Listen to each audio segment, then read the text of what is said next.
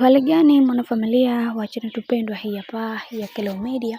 Kama ndo mara yako ya kwanza basi nikusihi usisahau kusubscribe, kulike, kushare pamoja na kucomment. Bwana Esma Platinum ameweza kufunguka vitu vingi kuhusiana na bibi Zuchu. Kupitia ukurasa wake wa Instagram aliweza kuandika jumbe kubwa kwa Zuchu na akamwambia kwamba kiukweli nimekuwa mtumwa katika haya maisha, lakini kuna wale ambao waliokuwa watumwa Promax.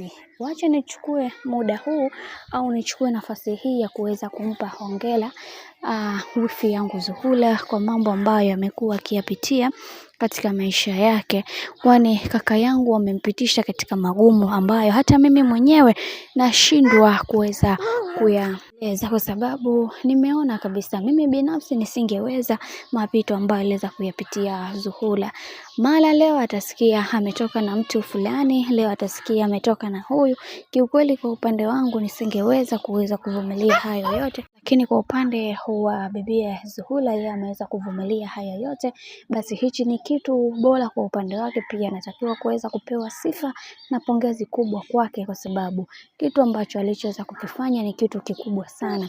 Ingekuwa ni mimi, kiukweli nisema ukweli wangu, nisingeweza kufanya chochote, kwa sababu najijua ni mtu huwa pressure, yani mara zote natamani kuweza kuona moyo wangu ukiwa na amani na furaha, lakini naona kabisa kuna vitu ambavyo kwa upande wangu haviko sawa. Ila wacha tuone mwisho wa haya yote itakuwaje, kwa sababu kuna vitu vingi vimekuwa vikiendelea katika maisha ya bibi Zuhura, na mimi binafsi sitamani kuweza kuona akipitishwa katika magumu, wakati Zuchu ni mtu mwema na ni mtu ambaye msikivu. Sasa mimi binafsi nitaweza kuhakikisha kila kitu kinakwenda kuwa sawa kwa upande wa Zuchu. Naamini katika haya yote Mungu atasimama naye katika kila hatua ya maisha yake. Bwana, huo ndio ujumbe wa bibi Esma Platinum kwenda kwa Zuchu, lakini pia tumeweza kuona comment zimemiminika nyingi.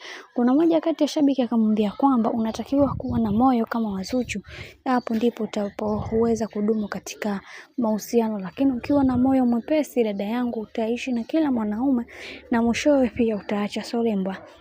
Na huyu mwingine akamwambia kwamba kiukweli inahuzunisha na inasikitisha, lakini wacha tuone mwisho haya yote itakuwaje, kwa sababu wewe ni mtu ambaye unabadilika kama kinyonga.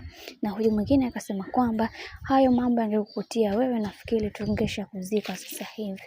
Bwana, comment ni nyingi sana kuhusiana na hili sakata zima, lakini wacha nikusihi kitu kimoja. Kama ndo mara ya kwanza kufuatilia channel tupendwa hii hapa ya Kelo Media, basi nikusihi usisahau kusubscribe, kulike, kushare pamoja na comment, kwani ukifanya hivyo utakuwa umejiweka katika nafasi nzuri ya wewe kuweza kuenjoy na kufurahi pia.